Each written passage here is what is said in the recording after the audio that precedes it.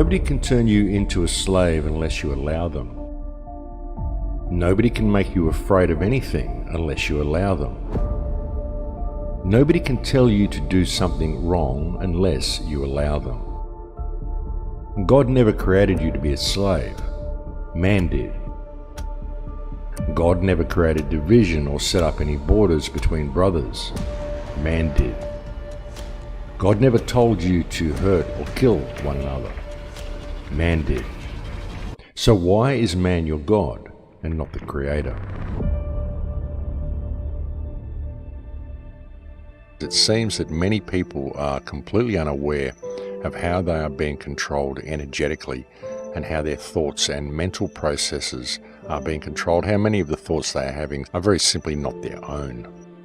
And very often we are manipulating ourselves. It's extremely important that people see the mind control and how they are manipulated energetically. The energetic manipulation that we are subject to is extremely subtle, and most people don't even realize that many of the thoughts they are having are not their own, and they don't realize how they are being manipulated into acting out certain scenarios. As a species, we seem deathly afraid of ever seeing anybody apart from themselves ever excel at anything. People in modern society are deathly afraid of seeing anybody perhaps enjoying their lives a little bit too much, or doing better than what we believe they should be doing, or doing any better than they are. Well, I suppose we're okay with people doing well as long as we are doing a little bit better. And it's a very clever but very insidious undertone that's been interjected into our way of thinking, and most certainly interjected into the independent media. You know, we've got a situation where most of humanity is energy deprived because, you get humanity and you squash it into a box and you fracture it and you prevent it from ever discovering itself or even being who and what it is. People are just never able to truly express themselves or even know themselves. And you end up with a situation where people are completely disconnected from source, and their most readily available source of energy is other people. And so the easiest way for them to get energy from other people, of course, is to hack down everybody they see around them who may be excelling. And this, of course, prevents humankind from ever moving forward, because anybody who has a good idea or really wants to make some change is immediately hacked down and told that he has to be part of the general throng, because there are no tall poppies, there are nobody that excels, there is nobody who's better. So all of these things are taken to an extreme, folks. I mean, sure, we're all equal. There's nobody who has more value than anybody else. But people have creative ideas, and these ideas should be put into practice, and people should be allowed to have these ideas. And tall poppy syndrome prevents this from ever happening. It prevents real lights from ever truly being able to shine. But that's what happens, folks. You take everything you can from human consciousness and you squash it into a little box, and in that situation people kind of enjoy hacking down everybody around them because it's a really readily available source of energy for them, and that's just the way it is, and that's the way our society has become. And it's kind of disturbing, but it's just a part of our society. It's a part of our mental makeup now. And of course I'm speaking generally, folks. It may not be part of your mental makeup, but as a species it is part of our general social makeup. And very noticeably so.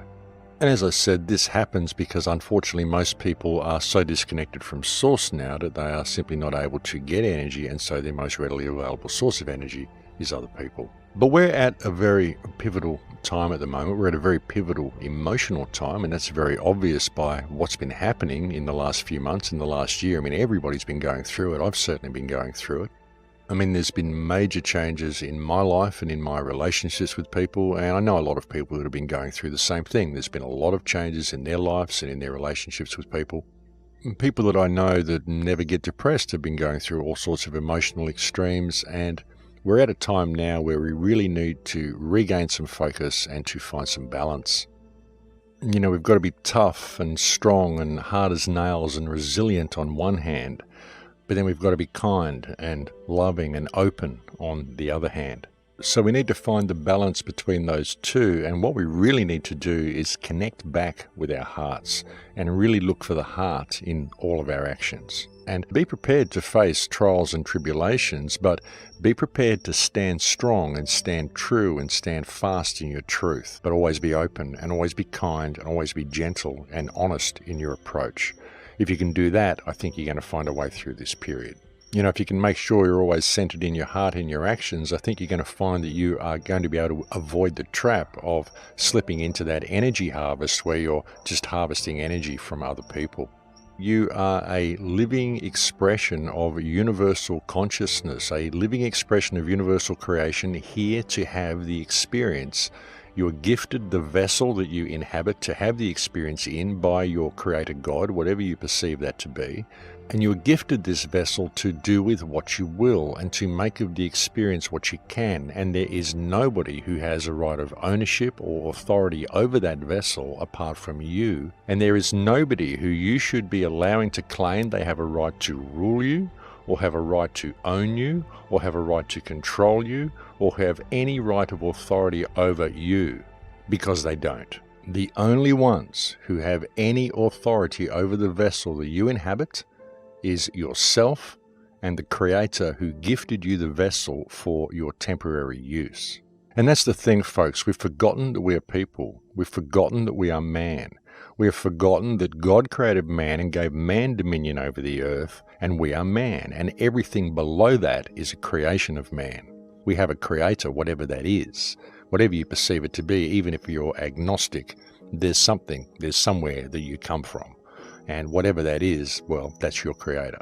So that's just the way you can look at it, folks. But it's helpful in remembering who and what you are, remembering that you are here for the experience, folks. Nobody owns you. Nobody has a right of ownership over you.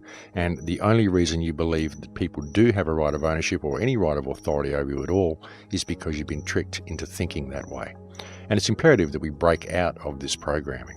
You know, just knowing who and what you are, that is the most empowering information that you can have. And when you know how to stand in that, you know, as soon as you realize that you are a living vessel here for the experience and that no one has authority over you and that you are man, God created man and gave you dominion over the earth, just knowing that one simple fact is power. As soon as you remember that, that is power. Just standing in that one simple fact and asking the right questions is power. That is truly all the power that you need.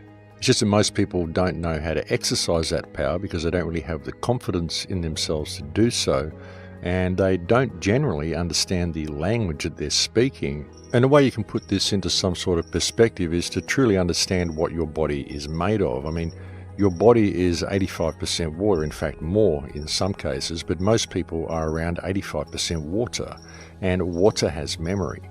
And what are you? You were created, you are a product of the combined waters of your parents.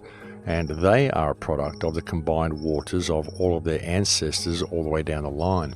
And water has memory. That's the thing. The waters that created you, the combined waters of your parents, contain all the memory of all the experiences that your parents went through.